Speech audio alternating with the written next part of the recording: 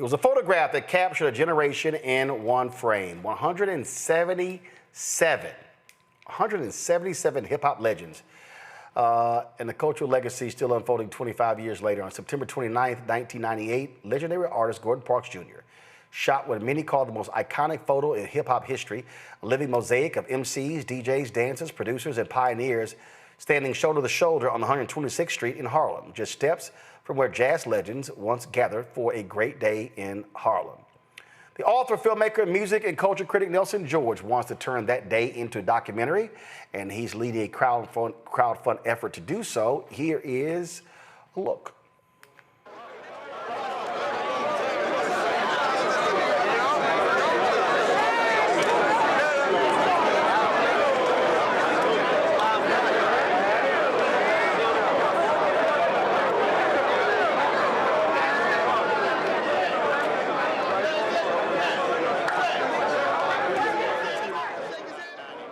How long do you think he had those for in his garage?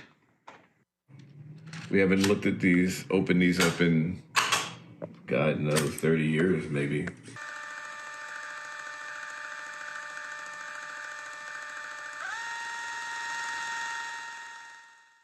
My name is Nelson George. I'm an author and filmmaker. I've done a number of books about African-American music in America, including Deaf Rhythm and Blues, The Hippest Trip in America, about the TV show Soul Train, Hip Hop America, and Where Did Our Love Go? The Rise and Fall of the Motown Sound. In addition to that, I've done a number of documentaries over the years that have focused on African-American achievements in America, including Say Hey Willie Mays about the great baseball legend, and Thriller 40 about the making of Michael Jackson's landmark album. Now I'm embarking on a long overdue project, which is to document the making of this incredible photograph that was shot by Gordon Parks. This is arguably one of the most famous photographs in the history of hip hop. And I was there that day, along with a film crew documenting that day. There's been bits and pieces that have ended up on the internet, but there's a lot more content that everyone's ever seen, including myself. After many, many years, I have found these digital video cassettes, as well as one little 8mm cassette that captures the day that Gordon Parks took that photograph. This is actually a camera that I use to record a lot of the activities leading up to the photo shoot. What I'm trying to achieve ultimately is not just to do a document of a great photograph, but to sort of contextualize that photograph in the history of hip hop. This was 25 years into the history of hip hop. And most profoundly, we're in the aftermath of the murders of Tupac Shakur and Christopher Wallace, which had a profound impact on why so many artists wanted to participate in this sort of picture of unity. I need your help in getting this project off the ground and to hopefully honor all of these different threads of American history that occurred in front of 17 East 126th Street in Harlem, USA.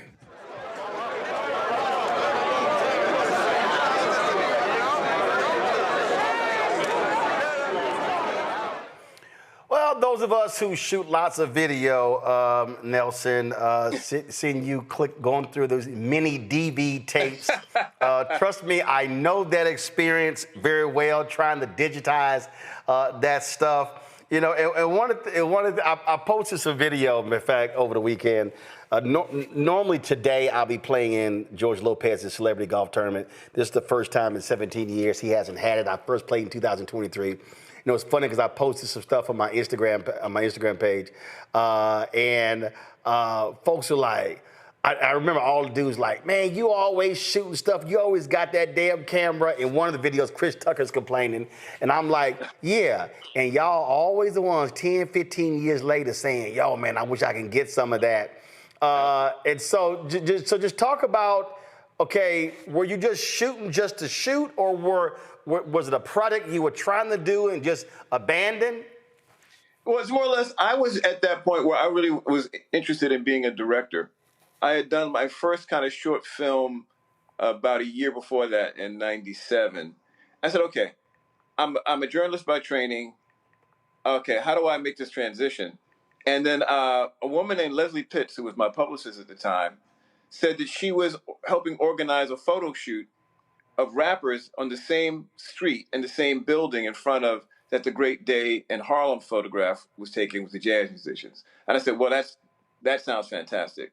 So I went to XXL Magazine, who were organizing the photo, and said, look, I don't have no paper, but I'm willing to hire a crew of shooters to document the day for you. And so along with, I think it was me and two other film crews, we had a little 8mm camera. So I had the intention of trying to make something of it. I think what's interesting, Roland, is the context. This was 98, right? Like I said, Biggie and Tupac had died the 2 years before. The narrative around hip hop was very much about East Coast, West Coast, rivalry, violence. And what the footage reveals is the brotherhood that truly existed among people in hip hop. And in fact, the murders had galvanized. There were people. Jermaine Dupri was there from Atlanta. Luther Campbell was there from Miami. Who was Mac 10 and a bunch of people from LA were in town. They all came to Harlem to be part of this photograph because they knew the narrative around their culture had been hijacked. And they wanted to correct it. And so that's why they were there, and that was part of what the film documents, is this remarkable day of brotherhood, which is almost like the Million Man March of hip-hop. You know, I was having a conversation with someone, and we were just talking about, both of us are journalists, we were just talking about, I go back to, so my TV One show started on Washington Watch, that was 2009. And so now, you're talking about, so that's 16 years. Right. And the amount of black stuff Right. that I've covered in that phrase, and he said to me, you probably have more black news stuff than anybody else because you had all these different things. Right. And the thing that people don't understand is that stuff like this, mainstream has no interest in. Stuff, this day in hip hop, these things, I'm not trying to diminish that day. What I'm saying, things like this happen all the time, meetings and gatherings and conversations that never gets talked about. Luckily, we're now living in a social media world where nearly everything is being documented, but we're talking about a period where you didn't have Twitter, didn't have Instagram, you didn't have entertainers who are walking around with their own crews, shooting their own stuff. So to be able to have this and to tell this story, I mean, it just sort of reminds me of, you know, Quest Love and the Harlem documentary that won the Oscar, and folks are like, that existed? That happened? Yeah, it's a bunch of amazing things that happened that folks never heard about because it just didn't get covered. Well, I mean, so much of our culture is undocumented. I mean, it's interesting when you think about it. There's a million. How many Beatles documentaries have there been done? Oh my God! You know what I mean? How many Elvis documentaries have there been done? And there's relatively speaking, there's really very few real documents of Black music history, despite its iconic nature. And even fewer done by Black people. Well, I mean, you know, it's a funny thing. One of the things that motivates me a lot is that a lot of the work that's been done covering Black music history was done by Europeans. Yep. You know, the BBC's done a ton. I've been interviewed by the BBC more than I've been interviewed by BET. You know what I mean? Over the years. So, but you're right. There's a lens which is a lens of love and a lens of affection, but also a lens that's kind of fractured because it's not coming from a Black point of view. So when I rediscovered this footage, the opportunity to document, and not just the moment that this happened in '98, but I think to me the opportunity is to put hip hop in a historical context. And when you look at the footage, Questlove is a young man, Common's a young man, Mos Def and Khalid Talib, young. They're all like their first or second album in the game.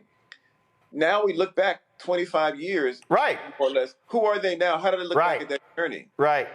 Also in that crowd were originators. DJ Hollywood, who I saw in Harlem in 1978. You know, Kool Herc, who I saw in the Bronx in 1978. These people who had started it were still around and still, you know, performing. So the document, this day was right in the middle of that history. Well, And I think that- if you're talking 98, the OGs were only in their mid-30s. yeah. So I you're think it's something mid funny. to late 30s, and then you got this next wave. So really, what you were there to witness the bridge, if you will. Yes. Not the passing of the baton, but literally the originators and the next generation and the people who we now call the OGs. Right. As you said, they were kids. I'll tell you a funny thing. The funniest moment in the whole thing is trying to organize 177 MCs, dancers, to get organized was a mess. I mean, Gordon Parks was not having it. The person who was most effective in organizing the group turned out to be Kool Herc, who is generally acknowledged as the originator of hip hop from 1973. So the fact is that he, at that point, had such respect within the group. Right. I doubt that any of the kids who are making hip hop now know who Kool Herc is. So hold on. So I want to go back to that. Was Gordon Parks there to specifically shoot this photo? Absolutely. All right. And now, was this a summit? Was it a meeting? Was this photo at the end of a long day collaboration? So, like what was the gathering for? So XXL magazine was a young hip hop magazine, Yep. which make their name. They had just been out maybe a year. So the source is super established. Vibe magazine has Quincy and Time Warner's backing. They were trying to make a name for themselves. So someone had the idea, well, the spot they shot that 1958 jazz photo, if we gathered rappers there, that would be iconic. If we got Gordon Parks to do it, it would even be more iconic. Right. And really, Parks' willingness to participate, I think, was crucial in making so many people show up. Right. After the photo was taken, there was a line of MCs with photo books of Parks, with different memorabilia, getting his autograph. He was, because Parks' connection to Harlem goes back to 1948. Right. When he shot for... the first thing he shot for Life magazine was a portrait of Red Jackson, a black gangster in Harlem in 1948. That's how far back his connection goes. Then, of course, there's Shaft, which was a seminal movie for everybody in that picture, right? So the fact that Gordon Parks was there documenting their movement, that was a seal of approval that everyone could relate to. So all these folks there, Gordon's trying to get them, and he's at wit's end because what are they doing? Are they just laughing, talking, joking around? And it was the biggest hip hop networking event of all time. So he's there to shoot this photo, and he is not trying to be there all day. Oh, well, here's the other part of the story that the film documents. They wanted to shoot the photo, let's say, around 1 o'clock. But trying to organize all of those artists, get them organized on those steps, as you watch the photo, when you see the photo, you notice there's a dark line that's up on most people's chest. Right. That's because they were losing the light.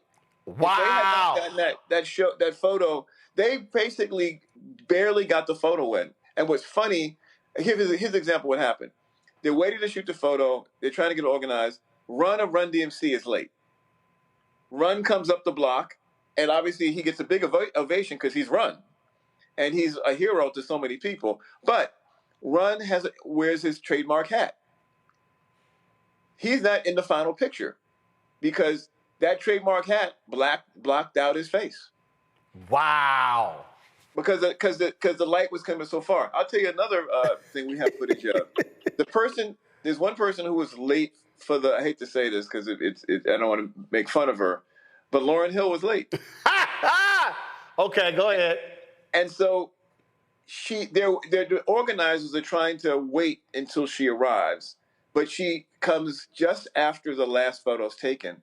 And so she drives up in a red car, driven by Rohan Marley, actually. And, she missed it. First of all,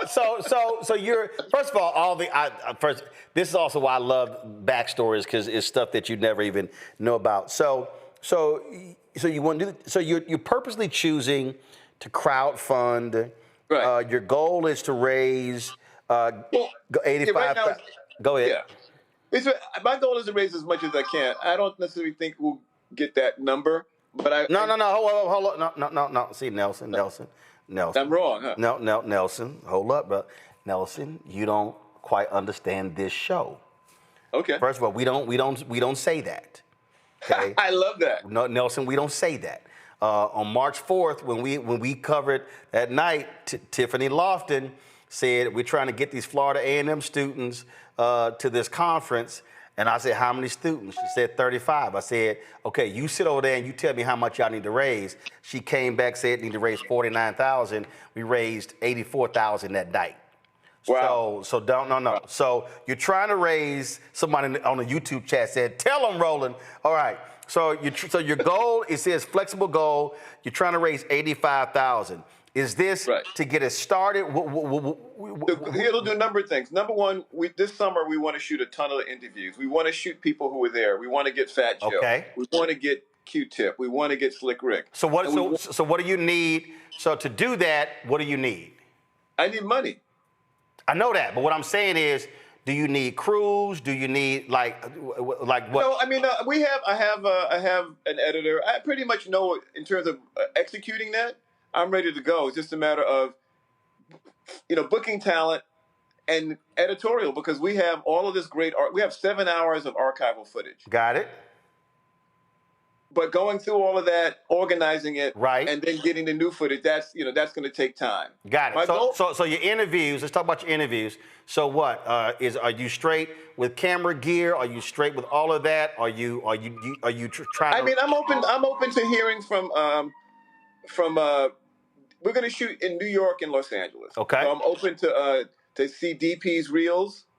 That's going to be key. Who's going to shoot the interviews for us?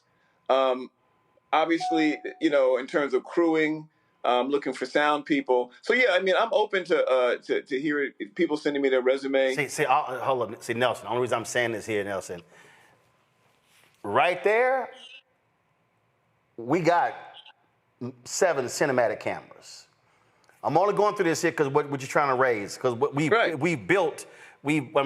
sitting in a 5,800 square foot studio 2 blocks from the White House, and so you're doing this crowd fund, and so that's why I'm curious to know how you're trying to build it out. So you're gonna be shooting New York, LA.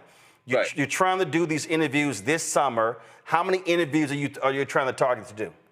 Oh, I think at least 20 to 25. Got it. And so and obviously artists who were there that day. And also people who were, like, for example, one of the people we're going to interview is a guy named O'Neal McKnight, who is Andre Harrell's cousin. Got it. The late Andre Harrell's cousin, who's one of the people who snuck into the photo. So he snuck into not the photo shoot, in the photo.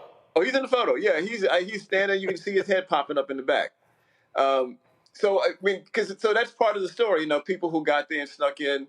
The woman who owns the building, 17 East 126th Street, is a really interesting woman. And what's interesting about this, the jazz photo, go back to 58, right, is that started a whole thing. The idea of Great Day, there's photos that have been taken in London. There's photos that have been taken in LA. There's photos that have been taken in Denmark. That tradition of the Great Day that started on that block has continued on. In fact, Bill Clinton, when he moved that office to Harlem back after he left the presidency. Actually, just after the Republicans refused to fund the office in Manhattan, then he chose Harlem. Go ahead. He did a photo shoot with a Harlem baseball team and a bunch of activists in Harlem in front of the same building. Gotcha. So it's that building itself and Harlem. I tell you one thing that's interesting about that I want to get at also in the film is Harlem itself. Right. When you look at the actual 58 picture, the buildings look a certain way. 98, the place is wrecked. That building is jacked up. Mm-hmm. Its hole is there's no windows. Now that block has been gentrified. Yep. And in fact, the building that we used back then in 98 to house everybody and organize it is gone.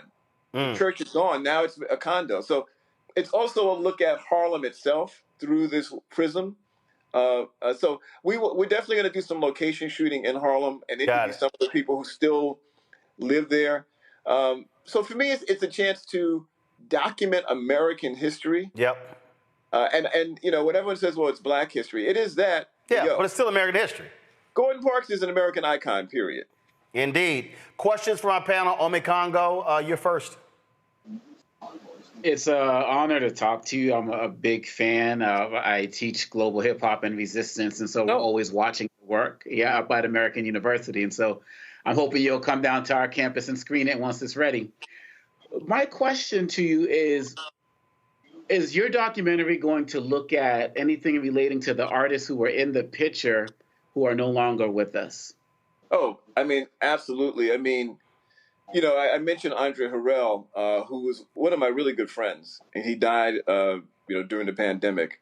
So Andre, Angie Stone just recently passed. Big L. There's a number of people. Yes, that's going to be. In fact, I think we'll probably end up dedicating the film to all of those fallen soldiers. Yeah, absolutely. Julian. Nelson, good to see you. Thanks so much for your work and for documenting hip hop. What would you say has been the enduring factor of hip hop? I mean, when it first came in, I thought it was going to go away. Being a bit older than that generation, I'm like, oh, this is just a fad. But it has endured. Why has it endured why has it endured? I think there's two things. One is the flexibility of the medium. Hip hop is it's like a all-purpose thing. You can rhyme with a Japanese accent. You can rhyme with a German accent. You can the very medium of talking and rhythm over a beat travels around the globe. So I think that's part of it. And it's very adaptable, so that what is a good flow when Rakim did it, what is a good flow when Ice Cube did it, now it's a completely different rhythm. So, but it's still basically, the essence is talking over a beat in rhythm and rhyme. The other is the entrepreneurship part. This is one of the only mediums that really young Black people who weren't, in fact, poor kids all over the globe, not just Black kids in America, have been able to embrace this and use this as a vehicle for self-expression and to make money. I love R&B. That's where I come from. I'm a soul kid. But R&B did not generate Black billionaires and millionaires in the same way that hip-hop has. So the entrepreneurship and the trickle down of that, I mean, I'll give you a good example. I mean, I started out as I'm a journalist. Hip-hop allowed me to make movies. I've worked in Hollywood because of hip-hop. I've made a lot of documentaries because of hip-hop. I've written books because of hip-hop. So it's been something that we've been able to monetize, and it almost and generated industry out of it that has employed thousands of young Black people. Also, I will say this here. I do believe that what R&B did, what Sam Cooke in publishing, James Brown owning restaurants and things along those lines. I always look at what one generation did that set the next one up.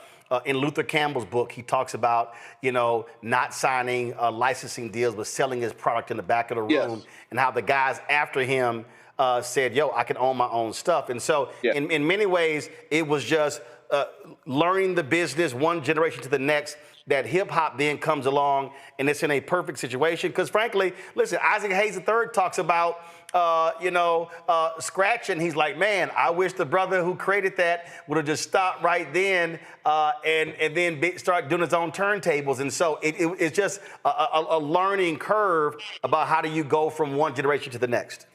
Well, I mean, the brother who started scratching was living in the Bronx and didn't have the resources at the time. But the people who came after him, beats, audio, all those kind of things that we have, the kind of entrepreneurship that hip hop has manifested has been, I think that's one reason it's managed to survive, because it has become such an integral part of how people think about entrepreneurship and owning a business. It's just, it's been a huge, I've never heard the idea of CEO became like a catchphrase in the culture. Mm-hmm. Indeed. Folks, this is so if y'all go to Indiegogo, So I want everybody who's watching right now to go to Indiegogo, INDIEGOGO. I want you to type in A Great Day in Hip Hop, the film. A Great Day in Hip Hop, the film. And so already they've raised the $85,000. They've raised 23% of the $85,000 goal, $19,940. In the next 24 hours, I want to see that at least double. And so if y'all want to see this film made, Nelson, once it's done, where do you plan to show it? Do you plan to, do you want to be on, a streaming service? Do you want to be on a black-owned platform? Are you already thinking that, or your focus right now? Let me just get the interviews in a can. No, I'm thinking about it a lot. I want to take it to festivals first. I want this to travel around, whether it's Sundance Con. I want to play that, and then I want to see what is the best opportunity. Is a streamer really the best deal? Got it. Because one of the reasons I actually wanted to start this was crowdfunding, was that quite honestly, you look at what's going on. There's been a shrinkage in the marketplace. Yep. Netflix, Amazon, they're not spending that money the way they used to. Especially on docs. Absolutely. Especially things that are not necessarily driven by youth IP, or big brands. So I feel like controlling this, because as you manifest on your show, there's so many different ways to monetize these days that didn't exist before. Yep. So I'm going to be open to see what's available. Number one is to make it and then show it to people, take it around, and then see where we go, as opposed to making a commitment. Yep. The old model of playing a film festival and selling it to a streamer is just now one of many ways to monetize. Indeed, indeed. So, folks, go back to my iPad, Henry. So you see here, y'all, it's called Pick Your Perk. They have different perks here. And so for $15, film credit, $30, a digital color image. Nelson George mixtape Zine, $50. Digital download of the film, $75. Talk music with Nelson, a group conversation, not a one-on-one, a 30-minute Zoom, $150. Lunch and site visit with Nelson, $750. I would actually raise it to $1,500, but that's just me, Nelson. I'm just saying, that's just me. I would raise it. That'd be a little higher. Lunch and a site visit. In fact, I would push that to $2,500 and only do 10. That's what I would do. But that's just me. But for y'all, I want y'all to go to Indiegogo, A Great Day in Hip Hop, the film, Nelson George. And again, I'm going to check back in 24 hours. We're going to show this on the tomorrow's show at this time. And I want to see that number at least I want this to be doubled. I want to see at least 40,000. So y'all check it out. Nelson, always great to see you. Good Roland, thank you so much, my brother. I appreciate it. Good luck with this, and can't wait. And again, any way we can help, like I say, if y'all shooting DC. Oh yes, we'll be calling you. Like I said, we ain't got to ask nobody because we control it 24 hours a day, 7 days a week. Love it. Thank you, appreciate it. Thank you for the community. Thanks so much. Appreciate it. Hello, I'm Isaac Hayes III, founder and CEO of Fanbase. Listen to what I'm about to tell you. The window to invest in Fanbase is closing. We've raised over $10.6 million of our $17 million goal. That means there's room for less than 6,370 people to invest in Fanbase for the average amount. The minimum to invest in Fanbase right now is $399. That makes you an owner in Fanbase today. Go to startengine.com/fanbase to invest. Why? Because current social apps have taken advantage of users for far too long, with content suppression, shadow banning, harmful racist content, and no real tools for monetization and equity. Fanbase has over 1.4 million users and counting, allowing anyone to reach all their following and monetize their content from day one. Social media is the new TV, and whoever owns the apps that distribute that content have the opportunity to own potential billion-dollar companies. While big platforms with uncertain futures are failing to serve their users, Fanbase is stepping up to fill the gap. Don't wait until it's too late. Invest now, invest for yourself and your future. Go to startengine.com/fanbase and own the next generation of social media.